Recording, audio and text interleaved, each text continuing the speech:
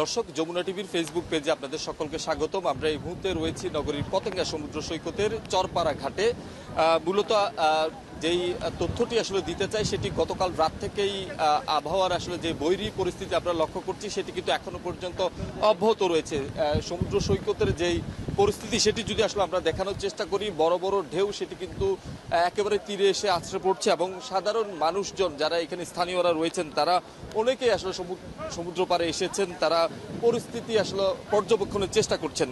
গতকাল রাত থেকে আসলে পরিস্থিতি এতটা ভয়ানক ছিল যে আমরা যদি আসলে পাশের কিছু চিত্র আপনাদেরকে দেখানোর চেষ্টা করি, এখানে একটি নয় আসলে দুটি ছোট ছোট যে লাইটারের জাহাজ রয়েছে, একটি এলপিজি গ্যাস বহনকারী একটি ছোট লাইটারের জাহাজ এবং একটি পণ্যবাহী কোস্টাল জাহাজ, সেটি কিন্তু আসলে গতকাল রাতেই তারা কিন্তু যে পরিস্থিতি ছিল, ঢেউ প্রচণ্ড বড় বড় ঢেউ এবং যে বাতাসের তীব্রতা সেটিতে আসলে তারা কোনোভাবেই তাদের যে নগর সেটি আসলে রাখতে না পেরেই নিয়ন্ত্রণ হারিয়েছে। এগুলো কিন্তু আসলে এখানকার যেই চরপাড়া ঘাট রয়েছে সেখানে যেই ব্লক রয়েছে পাথরে, সেই ব্লকের উপর উঠে গিয়েছে এবং আপনারা দেখছেন একটি জাহাজ একটি শিল্প প্রতিষ্ঠানের, সেটি এলপিজি গ্যাস সেটি আসলে পরিবহন করতেন এবং সেটি পরিত্যক্ত। আমরা কিছুদিন আগেই সেটি আসলে অগ্নি দুর্ঘটনার কবলে পড়েই সেটি পরিত্যক্ত হয়েছেন এবং আরেকটি যে জাহাজ রয়েছে, আমরা একেবারেই পাশাপাশি দুটি জাহাজ কিন্তু এখানে তারা ক্ষতিগ্রস্ত হয়েছে, দুর্ঘটনার কবলে পড়েছে। আরেকটি কোস্টাল জাহাজ সেটি আসলে পণ্য পরিবহন করতেন এবং দুটি কাছাকাছি জায়গাতেই কিন্তু আমরা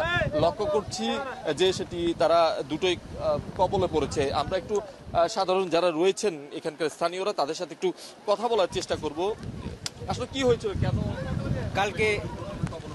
কালকে রাতে হঠাৎ করে পানি বাড়তেছিল আর বাতাসে ছিল তীব্র, তার কারণে কন্ট্রোল করতে না পারে এটা তো আগে ছিল, এটা এখানে বিরাই দিছে। আর ওটা অ্যাঙ্গার ট্যাঙ্গার সহ চালু অবস্থায় দুইটা ইঞ্জিন চালু ছিল, এই অবস্থায় এটাকে শেষরাই নিয়ে আসছে, ফাতের উপর উঠাই দিছে। এটি তো যেটি এলপিজি গ্যাস বহন করতেন সেটি তো বেশ দূর থেকে এসেছে। এটা ওই আপনার যে ইয়ে আছে না, বাঁশখালী যেটা আছে, বাঁশখালী থেকে প্রায় 5 নটিক্যাল মাইল দূরে ছিল এটা, ওইখান থেকে অ্যাঙ্গার সহ শেষরাই নিয়ে আসছে এখানে। আরেকটি জাহাজ যেটি রয়েছে এটা তো আমাদের এখানে কিনারে ছিল, এটা চালু ছিল এবং এটা দুটো অ্যাঙ্গার সহ ইঞ্জিন সহ সবকিছু ওইখানে স্টেপ সবাই ছিল। এই অবস্থায় এটাকে যখন বাতাস বৃদ্ধি পাইছে আর পানির উচ্ছ্বাস ছিল বেশি, শেষরা এখানে নিয়ে আসছে সাগরের উপর। আজকে আবহাওয়ার পরিস্থিতি কেমন দেখছেন? সাগরের ঢেউ কিংবা বাতাসের তীব্রতা কেমন? রাতকে বেশি ছিল, রাতকে বেশি ছিল, এখন একটু কমছে বাতাসের আবহাওয়া। রাতকে 12 আছে, জাহাজটা এখানে আসে গেছে, অনেক বাতাস। আমরা এখানে রাতে 12 বাজে ছিলাম এখানে। জি ভাই, একটু জানতে চাই এই যে পরিস্থিতি, মানে অনেক সময় ভয় লাগে না আপনাদের? ভয় তো লাগে, স্বাভাবিক। আর এটা আমাদের জন্য অভ্যস্ত হয়ে গেছে, আমরা সাগর তীরবর্তী মানুষ, পানি সবসময় এরকম বেশি থাকে। এগুলো আমরা ছোটকাল থেকে, আমরা বাপদাদার আমল থেকে দেখে আসতেছি আমরা এগুলো। এই ধরেন ওই মহাসেন গেছে তখন একটা রাইডার এরকম গমের ভুট্টা জাহাজ এখানে উপরে উঠে গেছিল। এগুলো এলাকার মানুষের ক্ষতি ছাড়া, এই যে লাইটারটা এখানে আসি ঘাটের মধ্যে ঘাট নষ্ট করে ফেলছে, অনেকের মানুষের পেটে লাথি পড়ছে এখন এখানে। এগুলো যদি সরকারিভাবে কোনো পদক্ষেপ না নেয় তাহলে সব মানুষের ক্ষতি। আর পানি তো সবসময় এরকম বাড়তেই থাকে, ঝড় তুফান এগুলো বাড়তে থাকে।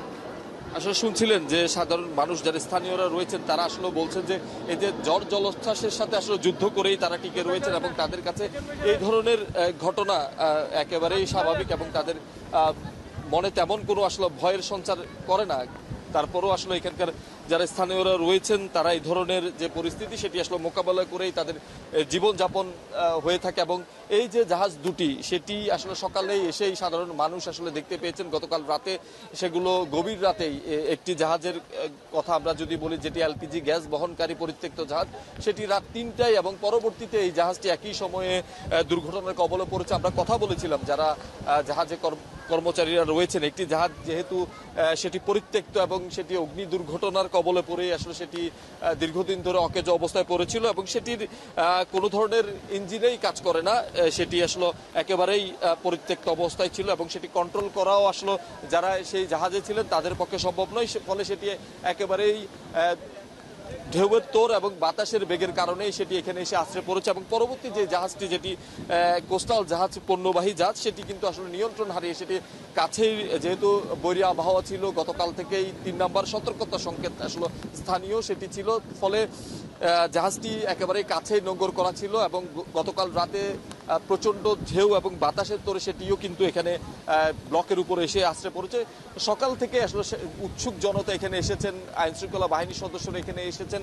সেটি আসলে দুর্ঘটনা নাকি কোনো ধরনের ষড়যন্ত্র, সেগুলো আসলে আইন শৃঙ্খলা বাহিনীর পক্ষ থেকে বিষয়গুলো খতিয়ে দেখছে। আপনি দেখছেন চরপাড়া ঘাট, এটি আসলে সাধারণ যারা লাইটারের জাহাজ এখানে নোঙর করে রাখেন তারা পারাপারের জন্য আসলে এটি বন্দর কর্তৃপক্ষের একটি ঘাট, সেটিও কিন্তু আসলে ক্ষতিগ্রস্ত হয়েছে। ফলে এখানকার যারা সাধারণ উৎসুক জনতা রয়েছেন তারাও আসলে সকাল থেকে এখানে এসে দেখছেন এবং তার বাইরে যেহেতু বৈরী পরিস্থিতি, অনেকেই আসলে সকালেই কিছু কিছু পর্যটকও আসছেন এই যে বৈরী আবহাওয়া তার মধ্যেই সাগরের যে পরিস্থিতি সেটি উপভোগ করার জন্য। আমরা দেখছি সব মিলিয়ে কিন্তু গতকাল রাতের যে পরিস্থিতি সেখান থেকে কিছুটা স্বাভাবিক হয়ে এসেছে এবং যেই ঢেউ সেটিও কিন্তু আসলে ছোট হয়ে আসছে।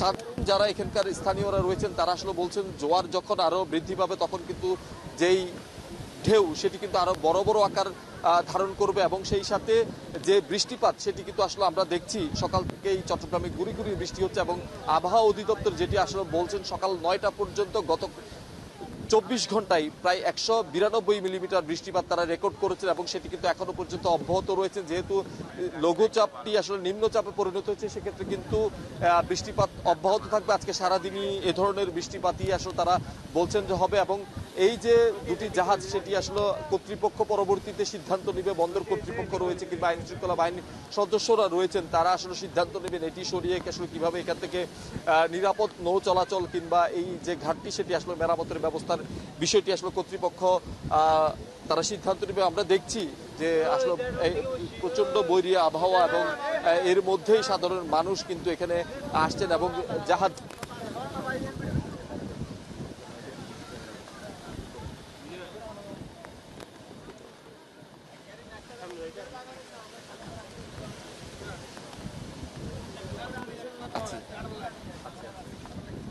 দর্শক আমরা আসলে একেবারে কাছে গিয়ে আসলে দুর্ঘটনা কবলিত জাহাজগুলো আসলে একটু দেখানোর চেষ্টা করব। আমরা একটু সামনের দিকে যাই এবং এই যে জাহাজটি সেটি কিন্তু আগে থেকে পরিত্যক্ত অবস্থায় ছিল। কিছুদিন আগেই এই জাহাজটিতে আসলে অগ্নি দুর্ঘটনা ঘটেছে, তারপর থেকে এটি পরিত্যক্ত একেবারেই যে যাত্রিক ত্রুটি রয়েছে জাহাজটিতে এবং সেই কারণেই আসলে মূলত 5 নটিক্যাল মাইল দূরে এসেই সেটি কিন্তু দুর্ঘটনার কবলে পড়েছে। বিশেষ করে এটি বাঁশখালীর যেই শঙ্খ নদীতে এটি আসলে নোঙর করা ছিল এবং পরবর্তীতে যেহেতু এটির ইঞ্জিন বিকল রয়েছে এটি আসলে বাতাস এবং যেই ঢেউ সেটি তোড়েই কিন্তু এখানে এসেছে। আমরা একটু কাছে গিয়ে আসলে দেখানোর চেষ্টা করব এবং দুটি জাহাজ পাশাপাশি একটি কোস্টাল পণ্যবাহী ছোট জাহাজ এবং সেটি কিন্তু গতকাল রাতে দুটি একই সাথেই কিন্তু দুর্ঘটনার কবলে পড়েছেন এবং ব্লকের উপর আসলে ছিটকে এসে পড়েছেন এবং এই দুটি জাহাজ কিভাবে এখান থেকে সরানো যায় সেটি নিশ্চয়ই কর্তৃপক্ষ পরবর্তীতে সিদ্ধান্ত নেবেন এবং সেটির জন্য আমরা দেখেছি সকালে এখানে আইন শৃঙ্খলা বাহিনীর সদস্যরা এসেছেন, তারা খোঁজ খবর নিচ্ছেন, যারা জাহাজে রয়েছেন তাদের সাথে কথা বলেছেন এটি কিভাবে এখানে এসেছে কিংবা দুর্ঘটনার শিকার হয়েছে। সকাল থেকে এখানে সাধারণ যারা উৎসুক স্থানীয়রা রয়েছেন তারা